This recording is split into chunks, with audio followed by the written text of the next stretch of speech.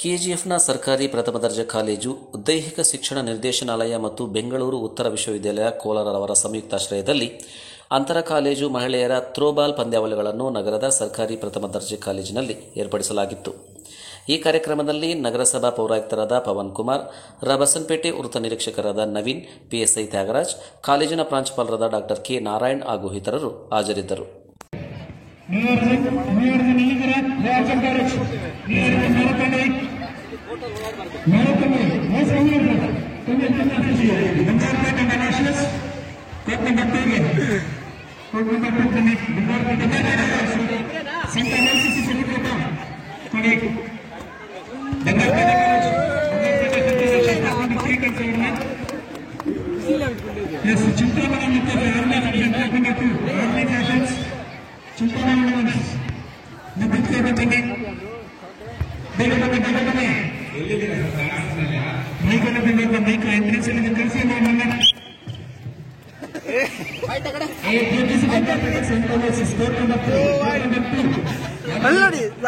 Come on, sir.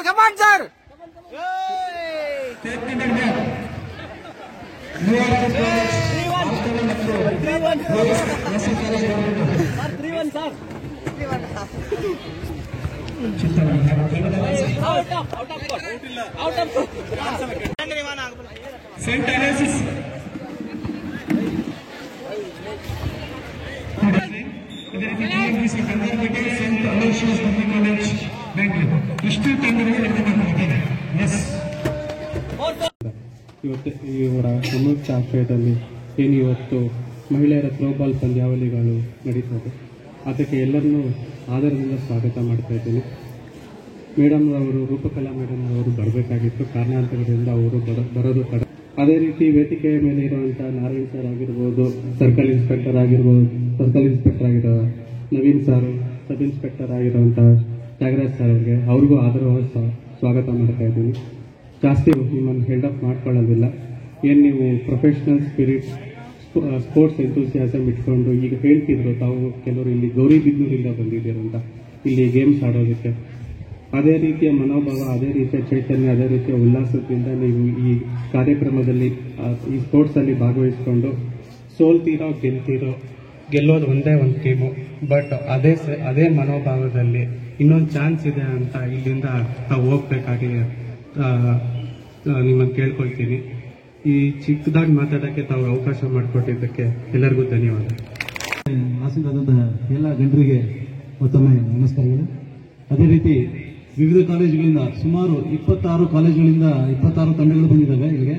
ಅದೇ ರೀತಿ Bengaluru urban, Bengaluru rural, Chikkaballapur, Kolar 4 ಜಿಲ್ಲೆಗಳಿಂದ ಎಲ್ಲ ಕಾಲೇಜಿನ ತಂಡದ ಏನು ಬಂದಿದೆ ತಮಗೆಲ್ಲರೂ ಮತ್ತೊಮ್ಮೆ ಸ್ವಾಗತ.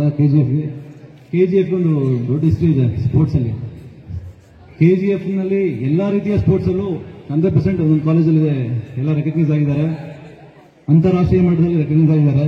ಆ ಒಂದು ನಿಟ್ಟಿನಲ್ಲಿ ನಮ್ಮ ನಾರಾಯಣ್ ಸರ್ ಅವರು ಕೋಲಾರ ಹೆಡ್ ಕ್ವಾರ್ಟರ್ ಬಿಟ್ಟಿದ್ದೀರ ಆಯೋಜನೆ ಮಾಡೋದು ಬಿಟ್ಟು ಸಾಹೇಬರು ಕೆಜಿಎಫ್ ಕಿತ್ಕೊಂಡು ಬಂದಿದ್ದಾರೆ. ಅವ್ರು ತುಂಬ ಧನ್ಯವಾದಗಳು. ಅದೇ ರೀತಿ ಈಗ ಪವನ್ ಸರ್ ಹೇಳೋರು, ಒಂದು ಚೈತನ್ಯದಿಂದ ಆಡಬೇಕು. ನಾನು ಅದ್ರ ಜೊತೆಗೆ ಇನ್ನೊಂದು ಏನು ಹೇಳ್ತೀನಿ ಅಂದರೆ, ಯಾವುದೇ ದುಶ್ಚಟಗಳಿಗೆ ಒಳಗಾಗದೆ ಈ ಸ್ಪೋರ್ಟ್ಸ್ ಅಲ್ಲಿ ತಮ್ಮನ್ನು ತಾವು ತೊಡಗಿಸ್ಕೊಂಡು ಬೇರೆ ರೀತಿಯಲ್ಲಿ ಯಾವುದೇ ಡ್ರಗ್ಸ್ ಆಗಲಿ ಬೇರೆ ರೀತಿಯಲ್ಲಿ ಹೇಳೋದು ಬೇಡ. ಬೇರೆ ಚಟುವಟಿಕೆಗಳಲ್ಲಿ ಬೇರೆ ಅನ್ಯಾಯತ ಭಾವಿಸಬಾರ್ದು. ಬೇರೆ ಚಟುವಟಿಕೆಗಳಲ್ಲಿ ಯಾವುದೇ ರೀತಿ ಭಾಗಿಯಾಗದಂತೆ ತಮ್ಮ ಜೀವನವನ್ನ ಸ್ಪೋರ್ಟ್ಸ್ ಅಲ್ಲಿ ಅಳವಡಿಸಿಕೊಂಡು ಮುಂದಿನ ದಿನಗಳಲ್ಲಿ ಇದಕ್ಕಿಂತ ಹೆಚ್ಚು ಮುಂದಿನ ಲೆವೆಲಲ್ಲಿ ಆಡಬೇಕು ಅಂತ ನಾನು ಆಶಿಸ್ತಾ ನನ್ನ 2 ಮಾತನ್ನ ಮುಗಿಸ್ತೀನಿ. ವೇದಿಕೆ ಮೇಲೆ ಆಸೀನವಾಗಿರೋ ಎಲ್ಲ ಗಣ್ಯರಿಗೂ ವಂದಿಸ್ತಾ, ಏನಿವತ್ತು ಎಲ್ಲ ವಿವಿಧ ಕಾಲೇಜುಗಳಿಂದ ನಮ್ಮ ಕೆಜಿಎಫ್ಗೆ ಥ್ರೋಬಾಲ್ ಆಡೋದಕ್ಕೆ ಬಂದಿದ್ದೀರಿ.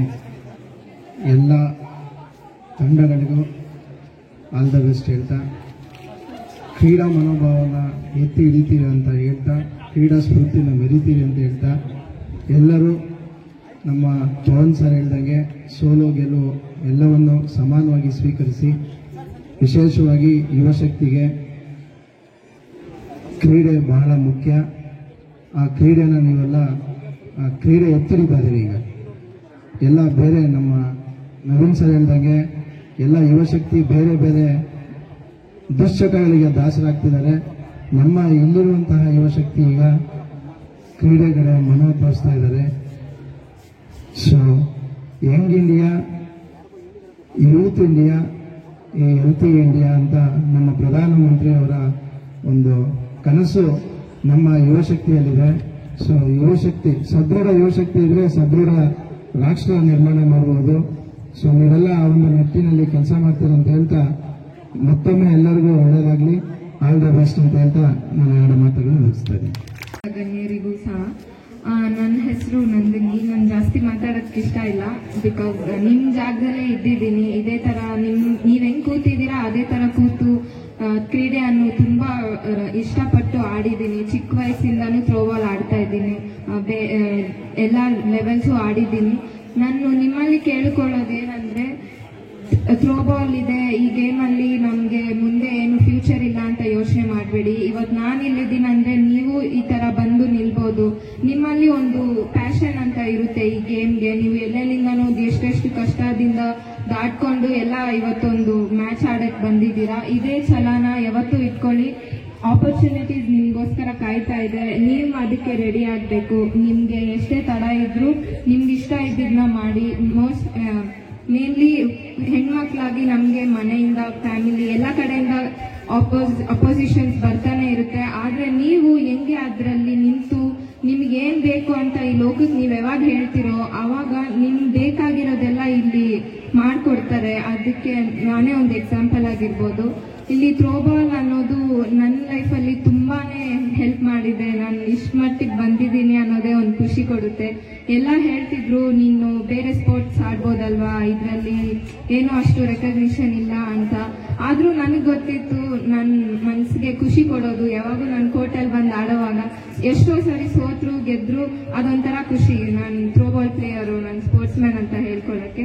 ನಿಮ್ಮಲ್ಲಿ ಕೇಳ್ಕೊಳ್ಳೋದೇನಂದ್ರೆ, ನೀವು ಕಾಲೇಜ್ ಓದ್ತಿದ್ದೀರಾ, ನೀವು ಆಡ್ತಿದ್ದೀರಾ, ಬಟ್ ನಿಮ್ಮ ಫ್ಯೂಚರಲ್ಲೂ ಸರಿ, ನಿಮ್ಮ ಕೆರಿಯರಲ್ಲೂ ಸರಿ ಸ್ಪೋರ್ಟ್ಸ್ನ ಯಾವುದೇ ಒಂದು ರೀತಿಯಲ್ಲಿ ನೀವು ಯೂಸ್ ಮಾಡಿ, ಅದೊಂದು ಚಿಕ್ಕ ಫಿಟ್ನೆಸ್ ಆಗಿರ್ಬೋದು ಇಲ್ಲ ಯಾವುದೇ ಇರ್ಬೋದು, ನಿಮ್ಗೆ ಅದು ಯೂಸ್ ಆಗುತ್ತೆ. ಇಲ್ಲಿ ಕರೆದಿದ್ದಕ್ಕೆ ತುಂಬಾ ಥ್ಯಾಂಕ್ ಯು. ಜೈ ಕರ್ನಾಟಕ. ಮಹೋತ್ಸವ ಥರ, ಯಾಕಂದರೆ ನಮ್ಮ ಕಾಲೇಜಿನಲ್ಲಿ ಬೇರೆ ಭಾಗವಹಿಸ್ತಾ ಇದ್ರು. ಅದರಲ್ಲಿ ಈಗ ರಾಷ್ಟ್ರ ಮಟ್ಟದಲ್ಲಿ ಸುಮಾರು ವಿದ್ಯಾರ್ಥಿಗಳು ನಮ್ಮ ವಿದ್ಯಾರ್ಥಿಗಳು ಭಾಗವಹಿಸ್ತಾ ಇದ್ದಾರೆ. ಅದೇ ರೀತಿ ನಮ್ಮ ಕಾಲೇಜು ಸಹ ಬೇರೆ ಕಡೆಯಿಂದ ವಿದ್ಯಾರ್ಥಿಗಳು ಕರೆಸಿ ನಾವೊಂದು ಆಯೋಜನೆ ಮಾಡಿ ಬಂದ್ಬಿಟ್ಟು ವಿಶ್ವವಿದ್ಯಾಲಯ ಮಟ್ಟದಲ್ಲಿ ನಾವು ಕೇಳ್ಕೊಂಡಾಗ ನಮ್ಮ ಆರ್ ಶ್ರೀಕಾಂತ್ ಅವರು ನಮಗೆ ಒಂದು ಈ ಥ್ರೋಬಾಲ್ ಅನ್ನು ತಂಡವನ್ನು ನಮಗೆ ಕಳಿಸಿದ್ದಾರೆ. ಇದು ಸುಮಾರು ಒಂದು 100-150 ಕಿಲೋಮೀಟರ್ ದೂರದಿಂದ ಎಲ್ಲ ವಿದ್ಯಾರ್ಥಿಗಳು ಬಂದಿದ್ದಾರೆ. ಅವರ ಪ್ರಾಂಶುಪಾಲರಿಗೂ ಹಾಗೂ ನಮ್ಮ ದೈಹಿಕ ಶಿಕ್ಷಣ ನಿರ್ದೇಶಕರಿಗೂ ಹಾಗೂ ಅವರಿಗೆ ತರಬೇತುದಾರರಿಗೆಲ್ಲರಿಗೂ ನಾನು ನಮಸ್ತಾ. ಇವತ್ತೊಂದು ಕಾರ್ಯಕ್ರಮಕ್ಕೆ ನಮಗೆ ಸದಾ ಬೆಂಬಲವಾಗಿರ್ತಕ್ಕಂಥ ನಮ್ಮ MLA ರೂಪಕಲಾ ಮೇಡಮ್ ಅವರು ಬರಬೇಕಾಯ್ತು. ಅವರದ್ದು ಏನೇ ಕಾರ್ಯಕ್ರಮ ಮಾಡಿ ನಾವು ಇರ್ತೀವಿ, ಮುಂದುವರ್ಸ ಅಂತ ಹೇಳಿದ್ದಾರೆ, ಸಾಧ್ಯವಾದ ಬರ್ತು ಅಂತ ಹೇಳಿದ್ದಾರೆ. ಅವ್ರಿಗೂ ಸಹ ನಾನು ಅಪರಾಗಿದ್ದೇವೆ. ಇನ್ನು ನಮ್ಮ ಕಾಲೇಜಿನಲ್ಲಿ ಯಾವುದೇ ಕಾರ್ಯಕ್ರಮ ಆದ್ರೂ ನಮ್ಮ ಇಲಾಖೆಯ ಕಡೆಯಿಂದ ನಮ್ಮ ಶ್ರೀಕಾಂತ್ ಸರ್ ಬರಬೇಕಾಯ್ತು. ಅವರು ಇವತ್ತು ಬೆಂಗಳೂರಲ್ಲೊಂದು ಉತ್ತಮ ಒಂದು ವಿಶೇಷವಾದ ಒಂದು ಮೀಟಿಂಗ್ ಇತ್ತು, ಹಾಗಾಗಿ ಅವ್ರು ಬರೋಕ್ಕಾಗ್ತಿಲ್ಲ. ಅವರು ಮಧ್ಯಾಹ್ನ ಬರ್ತಿದ್ದಾರೆ. ಹಾಗಾಗಿ ನಮ್ಮ ಕಾಲೇಜಿನಲ್ಲಿ ಯಾವುದೇ ಕಾರ್ಯಕ್ರಮ ಆದರೂ ನಮಗೆ ಒಂದು ಪಿಲ್ಲರ್ ತರ ನಮ್ಮ ಆಯುಕ್ತರಾದಂಥ ಪವನ್ ಕುಮಾರ್ ಸರ್ ಯಾವುದೇ ರೀತಿಯಲ್ಲಿ ಏನೇ ಅವರು ನಮ್ಮ ಸಹಕಾರ ಕೇಳಿದಾಗ ಪ್ರತಿ ರಾತ್ರಿ ಆಗಲಿ ಬೆಳಗಾಗಲಿ ಏನೇ ಒಂದು ಕರೆ ಮಾಡಿದಾಗ ನಮಗೆ ಯಾವಾಗ ಸಹಕಾರ ಕೊಡ್ತಾ ಇದ್ದಾರೆ ಸರ್. ದಯವಿಟ್ಟು ನಮ್ಗೆ ಇನ್ನೂ ಮುಂದೆ ಇದೇ ರೀತಿ ಸಹಕಾರ ಕೊಡಿ. ಇನ್ನೂ ಹೆಚ್ಚಿನ ಮಟ್ಟದಲ್ಲಿ ನಾವೊಂದು ಕಾರ್ಯಕ್ರಮವನ್ನು ಆಯೋಜನೆ ಮಾಡೋಣ. ವಿದ್ಯಾರ್ಥಿಗಳಿಗಾಗಿ ನಾವು ಈ ಒಂದು ಪಾಠದ ಜೊತೆ ಪಠ್ಯೇತರ ಚಟುವಟಿಕೆಗಳಲ್ಲಿ, ಕ್ರೀಡೆಗಳಲ್ಲಿ ಇನ್ನೂ ಹೆಚ್ಚಿನ ರೀತಿಯಲ್ಲಿ ಅವರು ಭಾಗವಹಿಸಲಿ. ರಾಜ್ಯ ಮಟ್ಟದಲ್ಲಿ, ಅಂತಾರಾಷ್ಟ್ರೀಯ ಮಟ್ಟದಲ್ಲಿ ಭಾಗವಹಿಸೋದಕ್ಕೆ ನಾವು ಸಹಕಾರ ಬೇಕಾಗ್ತದೆ. ಹಾಗಾಗಿ ಆ ನಿಟ್ಟಿನಲ್ಲಿ ನಾವು ಯಾವಾಗ ಆಭಾರಿಯಾಗಿದ್ದೀವಿ. ಅದೇ ರೀತಿ ನಮ್ಮ ನವೀನ್ ಸರ್ ಬಂದು ನಾವು 2-3 ಕಾರ್ಯಕ್ರಮ ಈಗಾಗಲೇ ಮಾಡಿದ್ವಿ. ಅವರ ಜೊತೆಲಿ ನಮ್ಮ ಒಂದು ವಿದ್ಯಾರ್ಥಿಗಳ ಕುರಿತು ಬೇರೆ ಬೇರೆ ರೀತಿಯ ಒಂದು ಅದು ಜಾಟ ಆಗ್ಬೋದು ಅಥವಾ ಕಾರ್ಯಕ್ರಮದಲ್ಲಿ ಮಾಡಿದ್ದಾರೆ. ಅವರು ಮುಂದೆ ಸಹ ನಮಗೆ ಸದಾ ಬೆಂಬಲ, ಯಾವುದೇ ರೀತಿಯಲ್ಲಿ ಒಂದು ನಮ್ಮ ಕಾಲೇಜಲ್ಲಿ ಯಾವುದೇ ಒಂದು ಸಣ್ಣ ಪುಟ್ಟ ಗಲಾಟೆ ಅದನ್ನು ನಮಗೆ ಯಾವಾಗ ಬೆಂಬಲವಾಗಿರ್ತಾರೆ. ಇನ್ನು ಮುಂದೆ ಅದೇ ರೀತಿ ಇರ್ತಾರೆ. ಅವರನ್ನು ಸಹ ಒಂದು ಕ್ರೀಡಾಪಟು ಡೆಕಾಥ್ಲಾನ್ 10 ಕ್ರೀಡೆಗಳಲ್ಲಿ ಭಾಗವಹಿಸಿ ಅವ್ರಿಗೂ ಸಾಧನೆ ಮಾಡಿರ್ತಾರೆ. ಅವರು ಇವತ್ತು ಬಂದು ನಮಗೊಂದು ನಮ್ಗೆ ಆಶೀರ್ವಾದ ಮಾಡಿದ್ದಾರೆ. ನಮಗೂ ಬಹಳ ಸಂತೋಷ ಆಗಿದೆ ಸರ್. ಮೊನ್ನೆ ಕೇಳಿದಾಗ ಇಬ್ಬರು ಸರ್ ಆಯುಕ್ತರು ಅಷ್ಟೇ, ನಮ್ಮ ನವೀನ್ ಸರ್ ಅಷ್ಟೇ ಕೇಳಿದಾಗ ಸರ್ ನೀವು ಮಾಡಿ ನಾವು ಬರ್ತೀವಿ ಅಂತ ಹೇಳಿದ್ರು, ಅಷ್ಟೇ ಹೇಳಿದ್ರು, ಬೇರೆ ಏನು ಹೇಳಿಲ್ಲ ಅವರು. ಹಾಗಾಗಿ ಬಂದಿದ್ರೆ ತುಂಬಾ ಸಂತೋಷ. ಇನ್ನು ತ್ಯಾಗರಾಜ್ ಸರ್ ನಮಗೆ ಯಾವಾಗಲೂ ಇದೇ ಇಲ್ಲಿ ನಮ್ಮನ್ನು ಅವರು 4-5 ಕಾರ್ಯಕ್ರಮ ಜೊತೆ ಮಾಡಿದ್ದೀವಿ. ಅವರು ನಮ್ಮ ಕಾಲೇಜ್ ಬಗ್ಗೆ ವಿಶೇಷವಾದ ಒಂದು ಕಾಳಜಿ ವಹಿಸಿದ್ದಾರೆ. ಆ ಶಿಸ್ತಾಗಲಿ ಇನ್ನೊಂದಾಗಲಿ ಬೇರೆ ರೀತಿಯಲ್ಲಿ ನಮಗೆ ಬೆಂಬಲವಾಗಿದ್ದಾರೆ. ಹಾಗಾಗಿ ಅವ್ರಿಗೂ ಆಭಾರಿಯಾಗುತ್ತಾ ಇವತ್ತು ನಮಗೆ ಏನು ನಂದಿನಿ ಅವರು ನಮ್ಮ ರಾಷ್ಟ್ರ ಮಟ್ಟದಲ್ಲಿ ಹೆಸರು ಮಾಡಿದ ಅವರು ಬಂದಿದ್ದಾರೆ. ಅವರು ನಮ್ಮ ಉದ್ದೇಶ ಮಾತಾಡಿದ್ರು, ಅಲ್ಲಿದ್ದೀವಿ ನಾವು ಇವತ್ತು ಇಲ್ಲಿದ್ದೀವಿ, ಅದೇ ತರ ನೀವಿರ್ಬೇಕಂತ ಅವರು ವಿಶ್ವಾಸ ಹೇಳಿದ್ದಾರೆ. ಈ ಒಂದು ಕ್ರೀಡೆಯನ್ನು ನಮ್ಮ ನಂದಿನಿ ಹೇಳಿದ್ರೆ ಇಲ್ಲಿಗೆ ಬಿಡಿದ್ರೆ ಮುಂದುವರ್ಸ್ಕೊಂಡು ಹೋಗ್ಬೇಕು.